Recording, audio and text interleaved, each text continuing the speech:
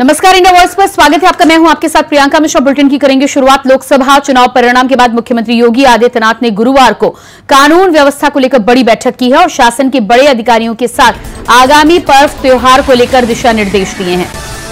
इस दौरान मुख्यमंत्री योगी आदित्यनाथ सख्त लहजे में कई अफसरों को फटकार लगाते हुए भी नजर आए, जिसमें मेरठ, मुरादाबाद, आजमगढ़ मंडल के अफसरों को खरी खोटी सुनाई गई। उन्हें हिदायत दी गई कि अगर जल्द ही कार्यशाला नहीं सुधारी गई तो कार्रवाई के लिए तैयार रहे। माना जा रहा है कि आने वाले दिनों में ट्रांसफर पोस्टिंग के दौरान ऐसे अफसरों को साइडलाइन किया जा सकता है जो लगातार मनमानी करते हुए नजर आ रहे हैं और जनता की समस्याओं के प्रति लापरवाह बने हुए हैं।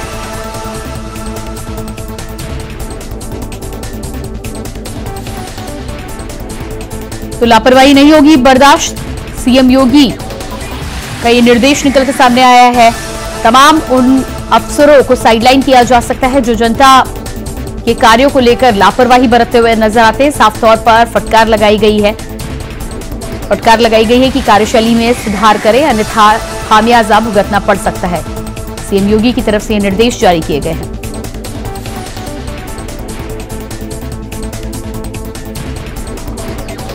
और इसी खबर पर लखनऊ से हमारे साथ ब्यूरो चीफ प्रियम पाठक जुड़ चुके हैं। जी प्रियम, जिस तरह से मुख्यमंत्री योगी आदित्यनाथ ने अधिकारियों के साथ बैठक कर सख्त दिशा निर्देश दिए हैं, अधिकारियों को फटकार भी लगाई गई है, क्या कुछ पूरी जानकारी है? कल देर शाम सीएम योगी आदित्यनाथ ने अपने आवास पे एक हाई प्रोफाइल बैठक करी थी और इस बैठक में शासन स्तर के सभी आला अधिकारी जो थे वो मौजूद थे। इसके अलावा सभी जिलों के जिलाधिकारी, पुलिस कप्तान, सीडीओ, नगर आयुक्त सभी लोग इस बैठक में मौजूद थे और उसमें सीएम योगी आदित्यनाथ ने साफ तौर पर स्पष्ट दिशा निर्देश दिए हैं कि कहीं पर भी कोई हीला हवाली नहीं होनी चाहिए, कहीं पर भी कहीं कानून व्यवस्था जो है वो ना खराब हो। और साफ तौर पर उन्होंने कहा कि आम लोगों का जो फोन है वो साफ तौर पर अधिकारी उठाएं, जो सीयूजी नंबर है वो उनके हमेशा उठने चाहिए। अगर कहीं से भी इस तरीके की शिकायत आती है कि अधिकारी जनता की नहीं सुन रहे या जनप्रतिनिधियों की नहीं सुन रहे तो उनके खिलाफ साफ तौर पर कार्रवाई की जाएगी। और इसी को लेकर कल उन्होंने ये अहम बैठक जो है वो करी थी, जिसमें कई जगह की जो रिपोर्ट बेहतर नहीं थी वहां के अधिकारी को फटकार लगाते हुए भी मुख्यमंत्री योगी आदित्यनाथ नजर आए हैं। और उन्होंने कहा है कि जनता के सभी कार्यों को सर्वोपरि रखा जाए। इसके अलावा आगामी त्योहारों को लेकर उन्होंने दिशा निर्देश जारी किए कि किस तरीके से व्यवस्थाएं रखनी, कहीं पर भी कोई व्यवस्था जो है वो गड़बड़ नहीं होनी चाहिए, कहीं पर कानून व्यवस्था नहीं बिगड़नी चाहिए। इसके अलावा बकरीद को लेकर उन्होंने दिशा निर्देश जारी किए कि बकरीद पर कहीं भी सड़कों पर नमाज जो है वो अदा नहीं की जाएगी। इसके अलावा जो प्रतिबंधित पशु हैं उनका कहीं पर हत्या नहीं होनी चाहिए और अगर कहीं पर इस तरीके की शिकायत आती है तो संबंधित जो अधिकारी होंगे उनके खिलाफ सख्त तौर पर कार्रवाई की जाएगी। इसके अलावा मुख्यमंत्री योगी आदित्यनाथ ने कहा कि ट्रांसफर पोस्टिंग में जो है वो कहीं पर कोई अनियमितताएं नहीं होनी चाहिए। इसके अलावा कहीं पर भी चाहे ब्लॉक स्तर हो, मंडल स्तर हो, जिला स्तर हो या फिर सचिवालय के लेवल पर हो, कहीं पर कोई अनियमित जो है वो लेन देन की शिकायत भी नहीं आनी चाहिए। तो साफ तौर पर उन्होंने कहा कि भ्रष्टाचार बिल्कुल भी बर्दाश्त नहीं किया जाएगा किसी भी कीमत पर। इसके अलावा कानून व्यवस्था जो हमेशा से उत्तर प्रदेश के लिए एक बड़ा चैलेंज रही, उस पर भी उन्होंने साफ तौर पर दिशा निर्देश दिए कि जिस भी जिले के अंदर कानून व्यवस्था या फिर कहीं पर भी भ्रष्टाचार की शिकायतें आएंगी तो वहां के जिम्मेदारों की जिम्मेदारी साफ तौर पर तय की जाएगी और उनके खिलाफ शासन स्तर से कार्रवाई की जाएगी। तो इसको लेकर उन्होंने स्पष्ट दिशा निर्देश दिए हैं और साफ तौर पर उन्होंने इसके साथ साथ आम लोगों की जो समस्याएं हैं उसको सुनने का भी कहा है कि उन लोगों की समस्याओं को सुना जाए, कहीं पर भी अनदेखी ना की जाए, जनप्रतिनिधियों की जो बात है उनको हमेशा तवज्जो दी जाए। इसके अलावा जो कार्य किए जा रहे हैं उसमें जनप्रतिनिधियों की सहभागिता को भी अधिकारी जो है वो सुनिश्चित करें। तो जो एक लंबे समय से ये आरोप लगता रहा है कि अधिकारी जो है वो जनप्रतिनिधियों की नहीं सुनते, तो उसको लेकर भी मुख्यमंत्री योगी आदित्यनाथ ने कल अपनी बैठक में ये स्पष्ट दिशा निर्देश जारी किए हैं। प्रियंका जी बिल्कुल, तो जिस तरह से दिशा निर्देश जारी किए गए हैं, फटकार भी लगाई गई है और उसके अलावा कहीं ना कहीं अल्टीमेटम भी दे दिया गया है कि यदि जनता की शिकायतों के साथ या जनता की सुविधाओं के साथ कहीं भी लापरवाही या अनदेखी की गई तो उसका खामियाजा आगे आने वाले समय में भुगतना पड़ सकता है। ट्रांसफर पोस्टिंग को लेकर जिस तरह से आदेश पहले ही जारी किया जा चुका है, इस बैठक के बाद माना जा रहा था कि उस पर भी कुछ जानकारी निकलकर सामने आ सकती है। अब जिस तरह से फटकार लगाई गई है, क्या आने वाले समय में ये माना जा सकता है कि अगर कहीं से भी चूक पाई गई अधिकारियों के कामकाज को लेकर तो सीधे इसका खामियाजा तबादले के रूप में भुगतना होगा अधिकारियों को?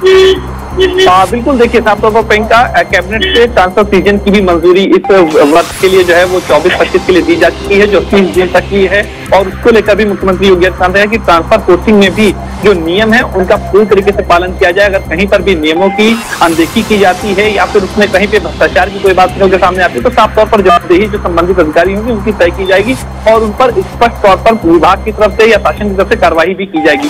तो इसको लेकर भी उन्होंने दिशा निर्देश दिया कि कहीं पर भी कोई भ्रष्टाचार ना हो, पूरी ट्रांसपेरेंसी के साथ में ट्रांसफर नीति का जो है वो पालन किया जाए और जो नीति बनी हुई है, चाहे वो मंडल स्तर पे हो या जिले स्तर पर, उन सभी का पूरी तरीके से पालन किया जाए। कहीं पर भी कोई जो भ्रष्टाचार है या अनियमितताओं की जो कहीं ना कहीं जानकारी है वो नहीं आनी चाहिए। तो साफ तौर पर स्पष्ट लहजे में मुख्यमंत्री योगी आदित्यनाथ ने कह दिया कि भ्रष्टाचार को किसी भी कीमत पे बर्दाश्त नहीं किया जाएगा। जी बिल्कुल, तो भ्रष्टाचार को किसी कीमत पर बर्दाश्त नहीं किया जाएगा। जिस तरह से बड़े लेवल पे ये मीटिंग हुई थी, इस मीटिंग के बाद फटकार लगाने के अलावा भी क्या कुछ खास बिंदुओं पर चर्चा हुई है? क्योंकि जिस तरह से त्योहारों का सीजन आ रहा है, उसको लेकर जानकारी निकलकर सामने आ रही थी कि काफी हिदायतें दी गई हैं। इसके अलावा किन किन बिंदुओं पर चर्चा की गई बैठक में? देखिए, बैठक में सभी बिंदुओं को लेकर चर्चा करी गई है कि सरकार की जो योजनाएं हैं उनको कैसे बेहतर तरीके से आम जनमानस तक पहुंचाया जाएगा, आम जनमानस की जो शिकायतें हैं उनका कैसे समयबद्ध तरीके से निस्तारण होगा, किन जिलों से ज्यादा शिकायतें आ रही हैं, तो उसके पीछे की वजह क्या है, आखिर क्यों जो शिकायत करता है वो जिला छोड़कर लखनऊ तक आ रहा है, या फिर पीएम के जो जनता दरबार लगाते हैं वहां तक शिकायतें क्यों आ रही हैं, और जहां की ज्यादा शिकायतें आई हैं उसकी भी कहीं ना कहीं मुख्यमंत्री योगी ने समीक्षा करी है और वहां पर साफ तौर पर नाराजगी जताई है कि आखिर ऐसा क्यों हो रहा है कि शिकायतकर्ताओं को उनकी समस्या का समाधान जो है तो जिला स्तर पर नहीं हो पा रहा है। तो ये कहीं ना कहीं कह सकते हैं सभी बिंदुओं को लेकर, आगामी त्योहारों को लेकर, चाहे फिर वो बकरीद हो या फिर अन्य जो आने वाले पर्व हैं उनको लेकर, तो उनमें कानून व्यवस्था को कैसे बेहतर रखना है, जो संवेदनशील इलाके हैं वहां पर किस तरीके से पुलिस को गश्त बढ़ाना है, किस तरीके से वहां पे जो वहां के क्षेत्रीय लोग हैं, जो प्रतिनिधि हैं, उनके साथ में संवाद स्थापित करके सभी समस्याओं का हल करना है। तो ये स्पष्ट तौर पर निर्देश जो कह सकते हैं कि सभी व्यवस्थाओं को लेकर मुख्यमंत्री योगी आदित्यनाथ ने दिया। और इसीलिए कल अगर आप देखें तो इस बैठक में सभी विभागों के जो प्रमुख सचिव हैं या अपर मुख्य सचिव हैं वो इस बैठक में शामिल हुए, खुद मुख्य सचिव डीएस मिश्रा जो थे वो इस बैठक में शामिल हुए, सभी जिलों के जिलाधिकारी मौजूद थे, पुलिस कप्तान मौजूद थे, इसके अलावा जो मुख्य विकास अधिकारी हैं, सीटीओ हैं, नगर आयुक्त, वो सभी लोग इस बैठक में मौजूद थे। और उसमें सीएम योगी ने अपनी और सरकार की जो मंशा है उसको स्पष्ट तौर पर साफ कर दिया कि किस तरीके से अधिकारियों को प्रदेश के अंदर कार्य करना है, जिलों के अंदर जाके कार्य करना है, और कहीं से भी अगर कोई शिकायत आती है तो उसको किसी भी कीमत पर बर्दाश्त नहीं किया जाएगा। जी बिल्कुल, तो एक तरफ तो शिकायतों को बर्दाश्त नहीं किया जाएगा, दूसरी तरफ जिस तरह से मानक जनता की संतुष्टि को बनाया गया है, यानी कि पुलिस को कहीं ना कहीं मित्र के रूप में डेवलप करने को लेकर भी यहाँ पर कदम उठाया गया है। जिस तरह से उनके मानक को तय किया गया है कि जनता की संतुष्टि ही पुलिस के कार्य करने का मानक हो सकता है। उसके अलावा योग दिवस को लेकर भी कुछ हिदायत दी गई है। बिल्कुल, देखिए 21 जून को अंतर्राष्ट्रीय योग दिवस होना है और योग दिवस को लेकर भी मुख्यमंत्री ने साफ तौर पर निर्देश दिया कि जितने भी पौराणिक स्थल हैं, प्राचीन स्थल हैं उत्तर प्रदेश के, या फिर स्कूल जो कॉलेज है उसमें हर जगह पर जो है योग दिवस मनाया जाना चाहिए और ज्यादा से ज्यादा लोग उसमें प्रतिभाग करें, इस बात को सुनिश्चित करें। और योग दिवस को लेकर जो भी तैयारी की जानी है उनको पहले से ही सभी तैयारियों को जो है वो मुकम्मल कर लिया जाए, वक्त पर कोई कमी ना नजर आए, ज्यादा से ज्यादा लोग जो है वो इस बार योग दिवस पर सहभागिता करें, सब जगह पे लाइव स्ट्रीमिंग की व्यवस्था की जाए, जो इसके अलावा जो कहीं ना कहीं जो लोग हैं उनको जागरूक किया जाए और योग दिवस जो है उसको पूरी तरीके से सफल बनाया जाए। इसको लेकर भी उन्होंने स्पष्ट तौर पर दिशा निर्देश जारी किए हैं। जी बिल्कुल प्रियम, इस जानकारी के लिए बहुत बहुत शुक्रिया आपका। तो अधिकारियों को दिए गए दिशा निर्देश, जनता की संतुष्टि ही पुलिस के कामकाज करने का मानक।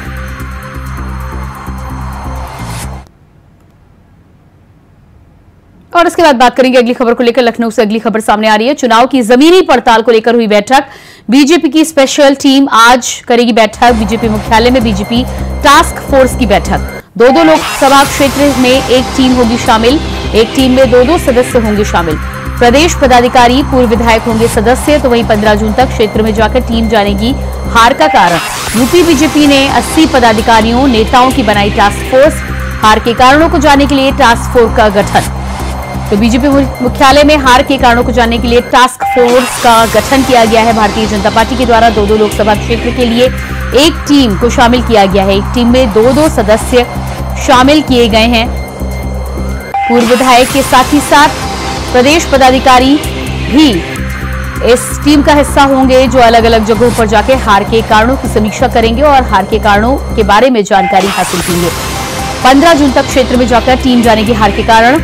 जमीनी स्तर पर जाकर होगी समीक्षा और कार्रवाई। यूपी बीजेपी ने 80 पदाधिकारियों की बनाई टास्क फोर्स। उत्तर प्रदेश में हार के कारणों की लेंगे जानकारी, करेंगे समीक्षा। तो बीजेपी की स्पेशल टीम की तैयारी। बीजेपी मुख्यालय में बीजेपी टास्क फोर्स की हुई बैठक। 15 जून तक का समय किया गया निर्धारित।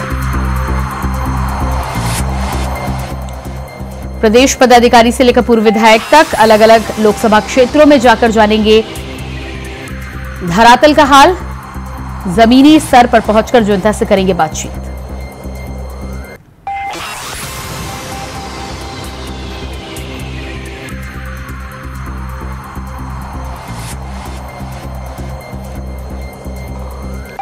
तो चुनाव की जमीनी पड़ताल को लेकर हुई बैठक, बीजेपी की स्पेशल टीम की आज बैठक। और इसी खबर पर यूपी से ब्यूरो चीफ हमारे साथ प्रियम पाठक एक बार फिर से जुड़ चुके हैं। जी प्रियम, जिस तरह से बीजेपी की स्पेशल टास्क फोर्स की बात करें तो आज खास बैठक होने वाली है, 80 पदाधिकारियों को लेकर इसमें जानकारी मिल रही है। अलग अलग जगहों पर पहुंच के हार के कारणों के बारे में जानकारी लेंगे, धरातल पर पहुंचकर जानकारी हासिल करने का प्रयास करेंगे। कब तक होगी बैठक और उसके बाद क्या कुछ रहेगी आगे की रूपरेखा? प्रियंका, देखिए बिल्कुल बीजेपी मुख्यालय पर प्रदेश टास्क फोर्स की जो बैठक है वो शुरू हो चुकी है। इस समय मैं खुद बीजेपी मुख्यालय पर हूँ। यहाँ पर पीछे तस्वीरों के जरिए आप देखेंगे तो तकरीबन सभी जो सदस्य हैं उनके पहुंचने का जो सिलसिला है वो शुरू हो चुका है और सभी जो सदस्य हैं वो करीब करीब इस बैठक में पहुंच चुके हैं और जो बाकी बचे हुए सदस्य हैं वो भी लगातार यहाँ पर पहुंच रहे हैं। साफ तौर पर आप तस्वीरों के माध्यम से देख पा रहे होंगे जिस तरीके से लोकसभा चुनाव के जो परिणाम आए हैं कहीं ना कहीं वो बीजेपी की उम्मीदों के बिल्कुल विपरीत है। तो ऐसे में क्या वजह रही है कि क्यों बीजेपी को कई सीटों पर जो है वो हार का सामना करना पड़ा है और जो बीजेपी लक्ष्य लेकर चली थी आखिर क्यों नहीं उस लक्ष्य को पा पाई है। तो इसको लेकर आज ही एक बैठक करी गई है जिसके अंदर यूपी की जो टास्क फोर्स है वो टीम गठित की जाएगी। उसमें हर एक टीम में 2 सदस्य होंगे, एक पूर्व विधायक होंगे या फिर पूर्व कोई उस जिले का सदस्य होगा और उसमें से एक जो होगा उस संगठन का पदाधिकारी कोई होगा। वो सभी लोग हर लोकसभा सीट पर जाएंगे, यानी कि हर एक टीम को 2 लोकसभा सीट में जाना होगा। 40 टीमों का जो है वो गठन किया जाएगा और वो जाएंगे वहां पर जाकर देखेंगे ग्राउंड पर कि आखिर क्या वजह रही है कि क्यों इस तरीके से बीजेपी में जो साफ तौर पर जो सीटें हैं जिन पर बीजेपी उम्मीद थी कि बेहतर परफॉर्मेंस कर पाएंगे वो नहीं हो पाई है और हार के पीछे की क्या वजह रही है। तो उन सभी चीजों को लेकर उसमें अध्ययन किया जाएगा, जांचा जाएगा और उसमें निर्देशित किया जाएगा कि आगे की रणनीति कैसे बनाई जाए, क्या कुछ वजह रही है उसको कैसे दूर किया जाए ताकि आने वाले आगे के जो चुनाव होंगे उसमें पार्टी और संगठन का जो प्रदर्शन है वो बेहतर हो सके। तो हार के कारणों की जानकारी के लिए कह सकते हैं बीजेपी ने अपनी एक टास्क फोर्स तैयार करी है और उसको लेकर आज ये प्रदेश मुख्यालय पर बैठक भी चल रही है जिसके अंदर उन सभी जो टीम के सदस्य हैं उनको निर्देशित किया जाएगा कि वो जाएंगे किन किन बिंदुओं पर जाकर वो वहां पर जांच करेंगे, देखेंगे, लोगों से बात करेंगे, समझेंगे कि आखिर वजह क्या रही है और किन वजह से जो है बीजेपी को उन सीटों पर हार का सामना करना पड़ा है। वो सीटें जो कहीं ना कहीं समीकरण के लिहाज से बीजेपी के पक्ष में नजर आ रही थी लेकिन जब रिजल्ट आए हैं तो वो बीजेपी के पक्ष में नहीं, तो उसके पीछे की क्या वजह रही समीक्षा उन सीटों पर जाकर ये टास्क फोर्स की जो टीम है वो करती हुई नजर आएंगी। जी बिल्कुल, तो जिस तरह से 15 जून तक का समय निर्धारित किया गया है और जाहिर सी बात है हार के कारणों का पता लगाने के बाद आगे की रणनीति पर विचार विमर्श किया जाएगा। क्या लग रहा है आपको कि एक बार लोकसभा में हार मिलने के बाद विधानसभा चुनाव की तैयारी के तौर पर इसे देखा जाए? देखिए बीजेपी हमेशा चुनाव के मोड़ में रहती है और हर एक चुनाव के बाद वो तुरंत अगले चुनाव में लग जाती है। तो साफ तौर पर उत्तर प्रदेश में अगर मुख्य चुनाव के तौर पर आप देखें तो 2027 का विधानसभा का चुनाव है। तो ऐसे में अभी से ही हार की समीक्षा की जा रही कि वो सीटें जो इनमें हार हुई है उसके पीछे की क्या वजह रही। हर एक विधानसभा वार की लेकर समीक्षा की जाएगी, कहाँ पर क्या कमी रही है, कारण क्या था जिस वजह से बीजेपी के जो कैंडिडेट थे वो नहीं जीत पाए और जो प्रदर्शन उत्तर प्रदेश में बीजेपी को का होना चाहिए था जिसकी उसको उम्मीद थी वो आखिर क्यों नहीं सफल हुआ, क्यों नहीं वो धरातल पर उतरा। तो इन सभी चीजों को लेकर समीक्षा की जाएगी और कहीं ना कहीं इस समीक्षा के जरिए ही आने वाले समय में जो चुनाव होंगे तो उसके लिहाज से रणनीति बनाने में तो इससे जो है वो मदद मिलेगी। जी बिल्कुल, उत्तर प्रदेश की सीटों को लेकर जिस तरह से पक्ष विपक्ष की तरफ से बयानबाजी का दौर जारी है, जिस तरह से मुख्यमंत्री योगी आदित्यनाथ को लेकर अफजाल अंसारी का बयान सामने आया था कि जो सीटें मिली हैं वो मुख्यमंत्री योगी आदित्यनाथ की मेहनत के दम पर मिली हैं, उसके बाद क्या कुछ गहमागहमी देखने को मिल रही है? क्या भारतीय जनता पार्टी की तरफ से भी कोई बयान आया है उसके बाद? नहीं, देखिए अभी उस बयान को लेकर कोई ऐसा बयान जारी नहीं किया गया है लेकिन साफ तौर पर जिस तरीके से लोकसभा चुनाव में योगी आदित्यनाथ ने मेहनत करी, हर एक सीट पर वो गए। इवन ऐसी कई सीटें थी जिस पर वो कई बार गए और वहां पर जाकर उन्होंने प्रचार प्रसार किया अपने प्रत्याशियों के पक्ष में और जमकर वहां पर पसीना बहाते हुए मुख्यमंत्री योगी आदित्यनाथ नजर आए थे। और कहीं ना कहीं शायद उनकी इस मेहनत को ही देखकर अफजाल अंसारी ने कहा था कि उत्तर प्रदेश के अंदर जो बीजेपी सीटें जीती हैं उसमें योगी आदित्यनाथ की एक अहम भूमिका है। तो कहीं ना कहीं इसको लेकर भी चर्चाएं जरूर की गई हैं लेकिन फिलहाल अभी कह सकते हैं कि हार की समीक्षा की जा रही है। अधिकतर सीटें जो बीजेपी हारी है उसके पीछे की क्या वजह रही है और हार का क्या कुछ कारण रहा है। जी बिल्कुल, इसके अलावा भारतीय जनता पार्टी की बात करें तो एक तरफ हार के बाद कहीं ना कहीं पार्टी के अंदर भी विरोधी बयान की शुरुआत हो चुकी है। संजीव बालियान और संगीत सोम के विवाद को अगर देख लिया जाए, इसके अलावा भी कई लोगों ने साफ तौर पर आस्तीन के सांप और गद्दार जैसे शब्दों का प्रयोग किया है अलग अलग लोकसभा क्षेत्रों में। तो उसको लेकर क्या कुछ रणनीति है भारतीय जनता पार्टी की, जिस तरह से पार्टी में अंदर खाने भी कहीं ना कहीं आरोप प्रत्यारोप के दौर की शुरुआत हो चुकी है? प्रियंका, देखिए जो ये टीम बनाई गई है और वो टीम जिलों में जाएंगी, हर एक सीट में जाकर वहां पर अध्ययन करेंगे उसमें वजह क्या रही है और जो जिस तरीके से क्या आपसी कला रही है, अंदरूनी कला जो रही है, या पार्टी के ही अंदर जो कार्यकर्ता हैं या जो उसके सदस्य हैं उन्होंने एक दूसरे कैंडिडेट का सपोर्ट नहीं किया, तो सभी चीजों की ये टीमें जो है वो जाके समीक्षा करेंगे। उसके बाद कहीं ना कहीं तस्वीर जो है वो साफ होगी कि आखिर वजह क्या रही, किन कारण से जो है वो बीजेपी को इन सीटों पे हार का सामना करना पड़ा है। तो ये सारी चीजें रही हैं कि क्या वो आपसी अंतर कला थी या पार्टी के अंदर गुटबाजी जो थी वो देखने को मिली। इन सभी चीजों की कहीं ना कहीं जो कह सकते काफी हद तक उम्मीद है कि तस्वीर इस समीक्षा बैठक के बाद में जो टास्क फोर्स जाएगी, टीमें जाएंगी, जिलों में जाएंगी, लोकसभा वार वहां पर जाकर समीक्षा करेंगी और एक बिंदु पर लेकर चर्चा की जाएगी, तो उसमें ये जरूर चीजें स्पष्ट हो पाएंगी। जी बिल्कुल प्रियम, इस जानकारी के लिए बहुत शुक्रिया आपका। बुलेटिन में फिलहाल रुकते हैं एक छोटे से ब्रेक के लिए, फौरन वापस लौटते हैं। ब्रेक के बाद बात करेंगे अगली खबर को लेकर। अमेठी सांसद किशोरी लाल शर्मा ने जिले के गौरीगंज, तेलोई, जगदीशपुर विधानसभा के कार्यकर्ताओं और जनता से मुलाकात कर उनका धन्यवाद व्यक्त किया। कांग्रेस और गठबंधन पार्टी के कार्यकर्ताओं ने जोरदार स्वागत किया, तो वहीं सांसद किशोरी लाल शर्मा ने बीजेपी की केंद्र सरकार पर हमला बोला है और कहा है कि जो सरकार अब की बार बनी है ये गठबंधन की सरकार बैसाखी पर है, कब टूट जाए कुछ पता नहीं। देश की जनता पूरी तरीके से बदलाव की ओर बढ़ चुकी है।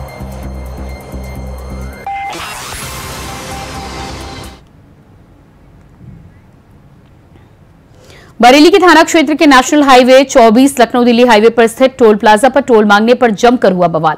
कार सवार दबंग ने अपने साथियों के साथ मिलकर टोल कर्मी से जमकर की मारपीट और टोल प्लाजा में भी तोड़फोड़ की। बताया जा रहा है कि दबंग ने 7 गाड़ियों से गुंडे बुलाए और सभी ने टोल कर्मी को बेरहमी से पीटा। पूरी घटना वहां लगे सीसीटीवी कैमरे में कैद हो गई है, जिसके बाद पुलिस ने टोल मैनेजर की तहरीर पर एक को नामजद करते हुए 25 अज्ञात लोगों पर एफआईआर दर्ज की है।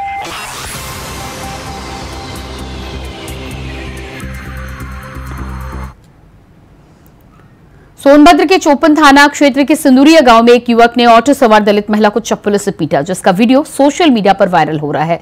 वहीं वीडियो वायरल होने के बाद पुलिस ने केस दर्ज कर लिया है। एसपी के निर्देश पर आरोपी युवक की तलाश में पुलिस जुट गई है।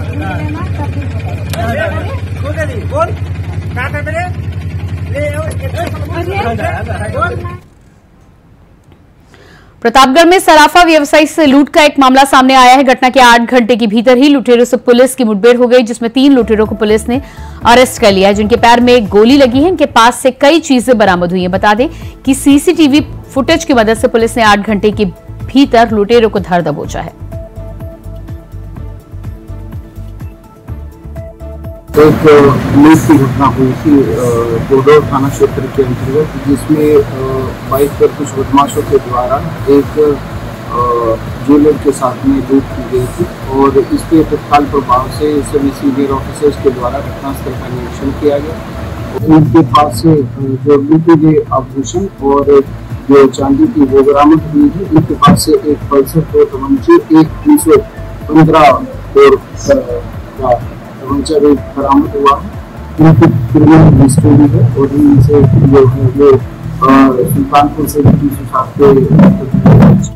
प्रदीप मिश्रा की विवादित टिप्पणी से धार्मिक नगरी मथुरा और वृंदावन में साधु संत नाराजगी जाहिर की गई, तो वहीं ब्रजवासी भी प्रदीप मिश्रा के खिलाफ सड़कों पर उतर आए। गुरुवार को शहर के होली गेट पर श्री कृष्ण जन्मभूमि संघर्ष न्याय समिति के सदस्यों ने प्रदीप मिश्रा के खिलाफ नारेबाजी करते हुए पुतला दहन किया।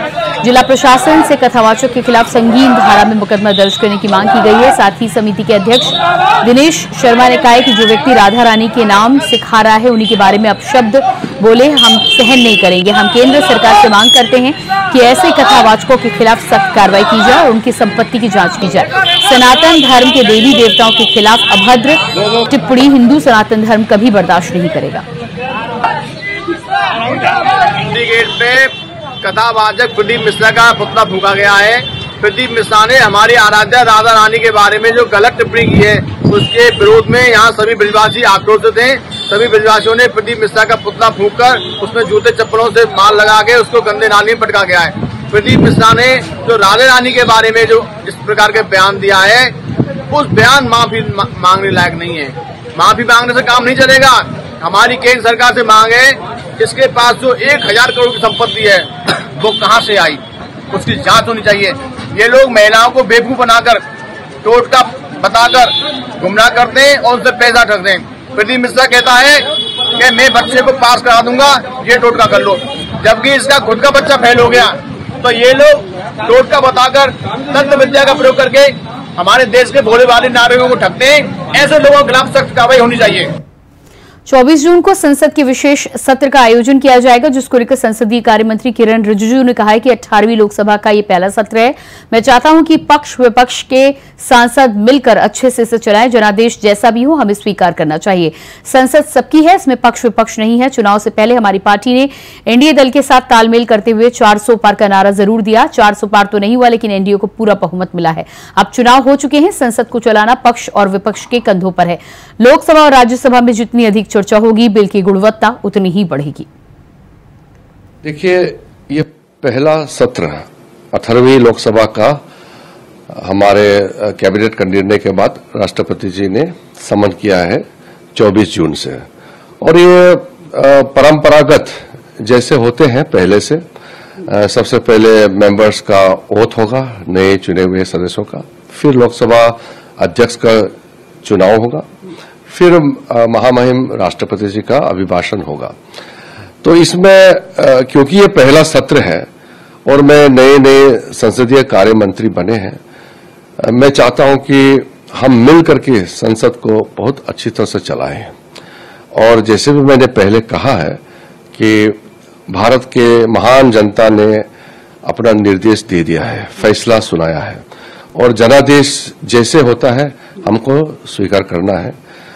हमारे पार्टी आदरणीय मोदी जी के नेतृत्व में एनडीए को बहुमत दे करके फिर से देश का संचालन करने का मौका दिया है, और हमारे बाकी विपक्ष के पार्टियों को विपक्ष में बैठ करके एक सकारात्मक भूमिका निभाने के लिए देश का निर्देश है। तो सबका बराबर योगदान होता है। पार्लियामेंट अकेला कोई चला नहीं सकता है, सब मिलकर के चलाना होता है। और जैसे आपने जो कही है कि विपक्ष के कुछ लोगों ने कहा कि सरकार को ठीक से चलने नहीं देंगे, पार्लियामेंट को अच्छी तरह से चलने नहीं देंगे, ये सही नहीं है। पार्लियामेंट सबका है, ये पक्ष विपक्ष नहीं है। ये भारत का संसद है, पार्लियामेंट ऑफ इंडिया है, ये देश का सबसे बड़ा पंचायत है। और यहाँ संख्या बल पर हम एक दूसरे को कुचलने का, दबाने का बात बिल्कुल नहीं करना चाहिए। चुनाव से पहले हमारे पार्टी ने एनडीए दल के पूरा तालमेल करके 400 पार का नारा जरूर दिया था। 400 पार नहीं हुआ, लेकिन अच्छी बहुमत एनडीए को मिला है। उसी प्रकार से जो विपक्ष के लोगों ने भी कहा कि लिख के रखो 4 तारीख में मोदी जी दोबारा प्रधानमंत्री नहीं बनेंगे, मोदी जी जा रहे हैं, इस तरह का वो चुनाव के लिए नारा जरूर लगाया, लेकिन जनता ने अपना फैसला सुनाया। मोदी जी फिर से तीसरी बार प्रधानमंत्री बन गए हैं। अब जब चुनाव हो गए हैं, अब देश का संचालन का बागडोर प्रधानमंत्री जी के नेतृत्व में हमारे सरकार को दिया है, लेकिन पार्लियामेंट को चलाना, संसद को चलाना, ये पक्ष विपक्ष, ऑपोजिशन रूलिंग, दोनों मिलकर ही चलाना होगा। और अच्छा बहस हो, डिबेट एंड डिस्कशन डेमोक्रेसी का कोर हमारा एक अहम चीज है, जिसके बिना डेमोक्रेसी नहीं चल सकता है। जितना ज्यादा बहस होगा, जितना अच्छा चर्चा होगा लोकसभा राज्यसभा में, उतना ही बिल का क्वालिटी बढ़ता है, उतना ही सरकार अलर्ट होता है और देशवासियों को अच्छा लगता है। इसलिए पूरा देश देख रहा है ये 18th लोकसभा जो है कैसे चलेंगे, देश देख रहा है। इसलिए अच्छा डिबेट और डिस्कशन करके हर सदस्य ये प्रूव करे कि उसको मेंबर बनाया पार्लियामेंट में, वो जनता ने सही फैसला दिया है, ये लोगों को महसूस होना चाहिए। हम पार्लियामेंट में घुस करके सिर्फ हंगामा करेंगे और डिस्कशन नहीं करेंगे तो हमारे जनता ही पूछेंगे कि आपको पार्लियामेंट में किस लिए भेजा है। इसलिए मैं तो मानता हूं कि विपक्ष के साथियों का पूरा समर्थन मिलेगा और पार्लियामेंट किसी एक का नहीं, इसलिए सब साथ देंगे। मेरा उम्मीद है मैं सबसे भी मिलूंगा और प्रधानमंत्री जी का सबका साथ सबका विकास का मूल मंत्र को हम पहले से मानते आए हैं, आगे भी उसी मंत्र से देखिए। और इसी के साथ फिलहाल इस बुलेटिन में इतनी खबरों के लिए बनी रही इंडिया वॉइस के साथ। नमस्कार।